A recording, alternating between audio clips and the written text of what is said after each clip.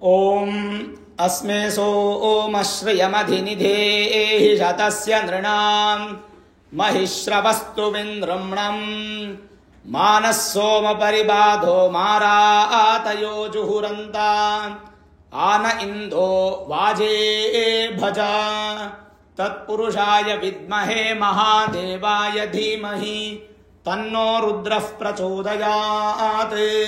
ಶ್ರೀ ಗುರುಭ್ಯೋ ನಮಃ. ಹರಿ ಓಂ.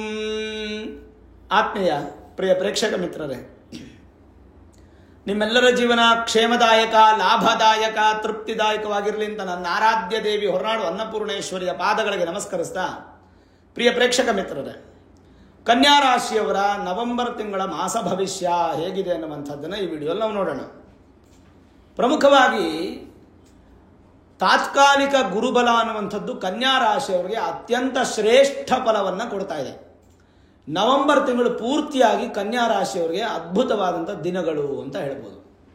ಯಾವ ರೀತಿಯಾಗಿ ನೋಡಿ, ಯಾವತ್ತೂ ಲಾಭಸ್ಥಾನದಲ್ಲಿರ್ತಕ್ಕಂಥ ಗ್ರಹ ಲಾಭ ಫಲವನ್ನೇ ಕೊಡಬೇಕು. ಆದರೆ ಲಾಭಸ್ಥಾನದಲ್ಲಿರ್ತಕ್ಕಂಥ ಗ್ರಹ ಏನೋ ಶತ್ರು ಮನೆಯಲ್ಲಿ 20% ಅಥವಾ ಸಮಬಲದಲ್ಲಿ 50%, ಸ್ವಂತ ಮನೆಯಲ್ಲಿ 80% ಅಲ್ಲ. ಗುರು ಉಚ್ಚ ಸ್ಥಾನದಲ್ಲಿದ್ದಾರೆ. ಉಚ್ಚ ಸ್ಥಾನ ಅಂದರೆ ಎಕ್ಸಾಲ್ಟೆಡ್ ಪೊಸಿಷನ್. ಔಟ್ ಆಫ್ 100ಗೆ 100% ಸ್ಟ್ರಾಂಗ್ ಆಗಿರುವಂಥ ಜಾಗಕ್ಕೆ ಬಂದು ಕೂತಿದ್ದಾರೆ. ನವೆಂಬರ್ ತಿಂಗಳಲ್ಲಿ ಕನ್ಯಾ ರಾಶಿಯವರಿಗೆ ಗುರು ಅನ್ನುವಂಥದ್ದು 100 ಪಟ್ಟು ಬಲ ಕೊಡುತ್ತೆ. 100 ಪಟ್ಟು. ಎಷ್ಟು ಸಂತೋಷ ನೋಡಿ ಇದು.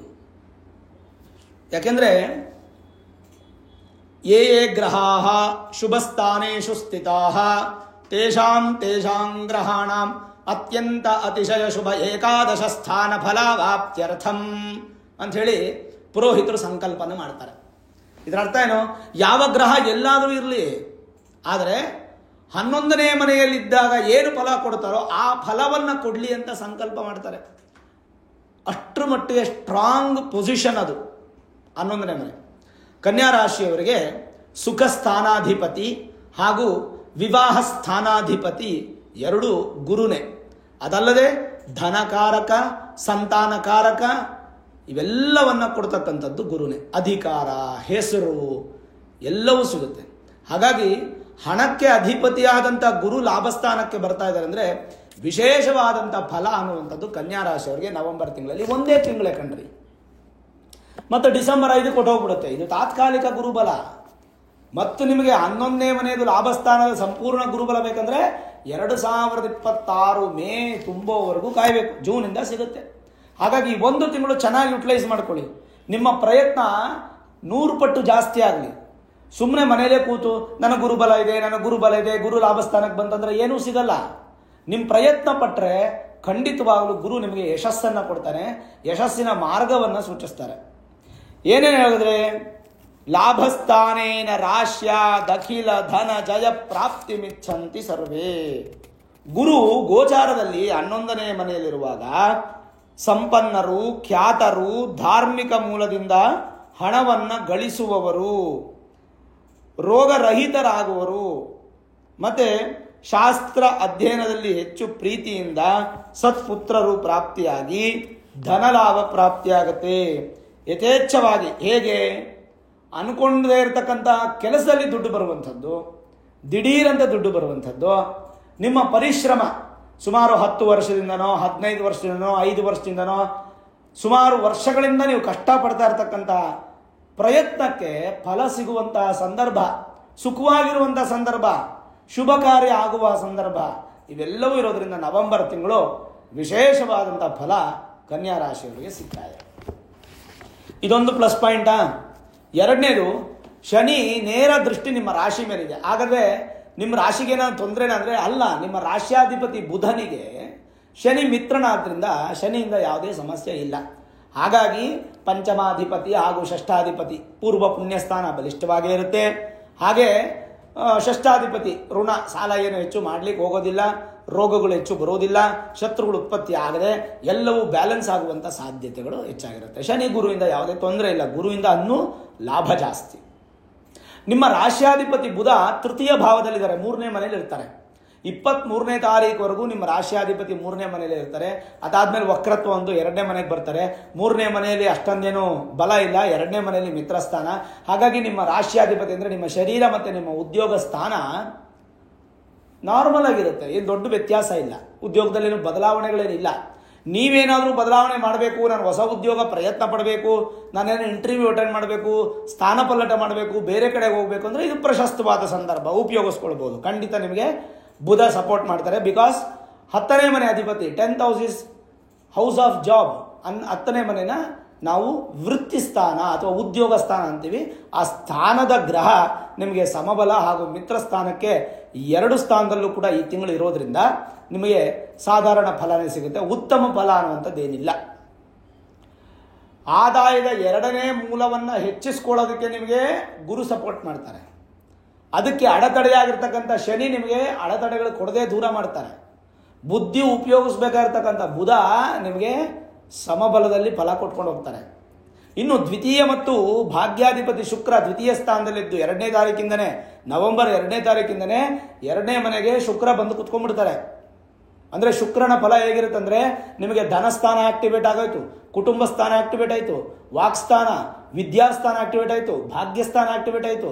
ಈ 5 ಸ್ಥಾನ ಆಕ್ಟಿವೇಟ್ ಆದರೆ ಶುಕ್ರ ಸ್ವಂತ ಮನೆ ಮಾಲವ್ಯ ಯೋಗ, ಕನ್ಯಾ ರಾಶಿಯವರಿಗೆ ಅದ್ಭುತವಾದಂಥ ಫಲ, ಧನಾಗಮ ಮತ್ತು ವಿಶೇಷವಾದಂಥ ಫಲ ಇವೆಲ್ಲವೂ ಸಿಗ್ತಾ ಹೋಗುತ್ತೆ. ತನ್ಮೂಲಕ ನಿಮ್ಗೊಂದು ಸ್ವಲ್ಪ ಪಾಸಿಟಿವ್ ಅನ್ನುವಂಥದ್ದು ಅಭಿವೃದ್ಧಿ ಆಗುತ್ತೆ, ಅದರಲ್ಲಿ ಡೌಟೇ ಇಲ್ಲ. ಶುಕ್ರನಿಂದ ಕೂಡ ಯಾವುದೇ ಕೆಟ್ಟ ಫಲಗಳಿಲ್ಲ.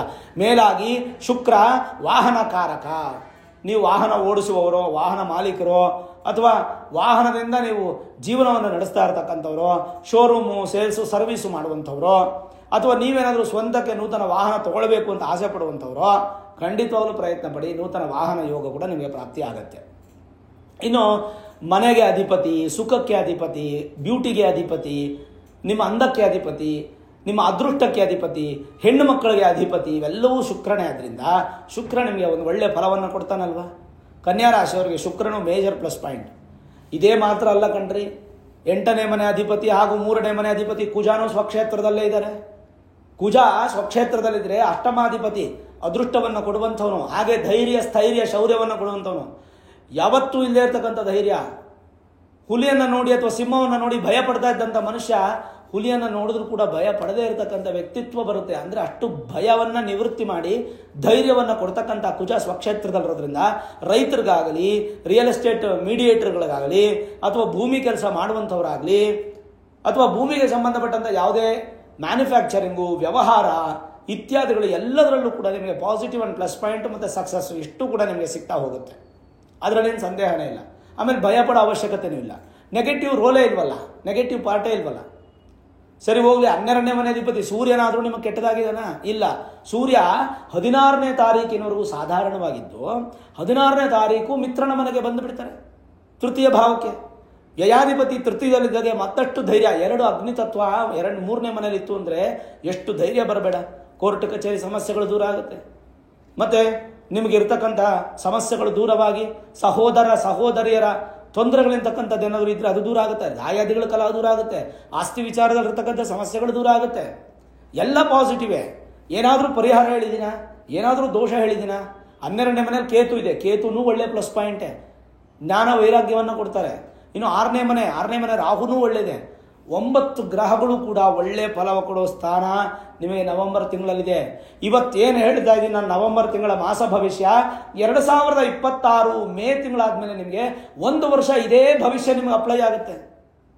ಯಾಕೆಂದರೆ ಗುರು ಮತ್ತೆ ಲಾಭಸ್ಥಾನಕ್ಕೆ ಬರ್ತಾರೆ. ನೀವು 2ನೇ ಮನೆಗೆ ಶುಕ್ರ ಬಂದಾಗ ಅದೇನು ಫಲ?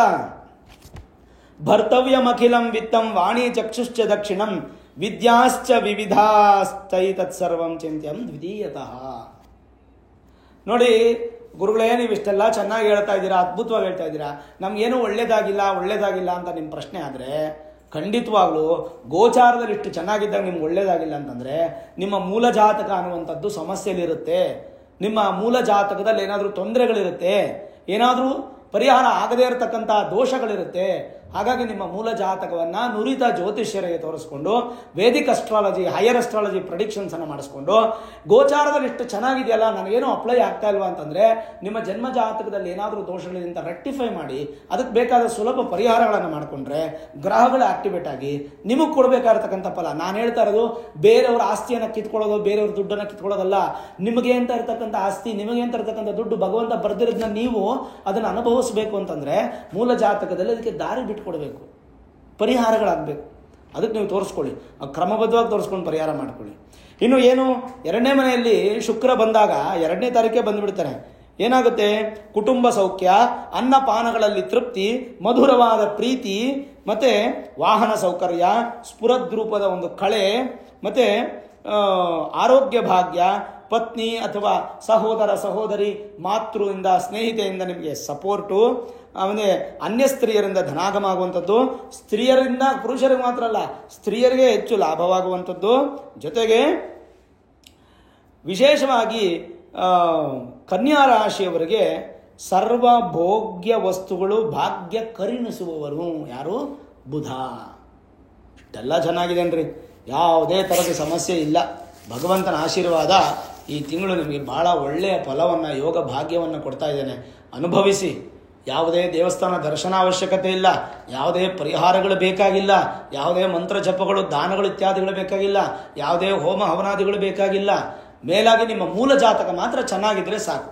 ಅದನ್ನೊಂದನ್ನು ಮಾತ್ರ ನೀವು ಸರಿ ಮಾಡ್ಕೊಂಡ್ರೆ ಖಂಡಿತವಾಗಲೂ ನವೆಂಬರ್ ತಿಂಗಳು ಕನ್ಯಾ ರಾಶಿಯವರಿಗೆ ಅತ್ಯಂತ ಶ್ರೇಷ್ಠವಾದ ಸಮಯ. ಬಂದಿರತಕ್ಕಂಥ ಭಾಗ್ಯಗಳನ್ನು ಉಪಯೋಗಿಸ್ಕೊಳ್ಳಿ, ಬಿಟ್ಟುಬಿಡಬೇಡಿ. ಮತ್ತೆ ನಿಮ್ಗೆ 5 ತಿಂಗಳಿಗೆ ಭಾಗ್ಯ ಇರಲ್ಲ, ಆಮೇಲೆ 1 ವರ್ಷ ಇರುತ್ತೆ ಸೆಕೆಂಡ್ರಿ.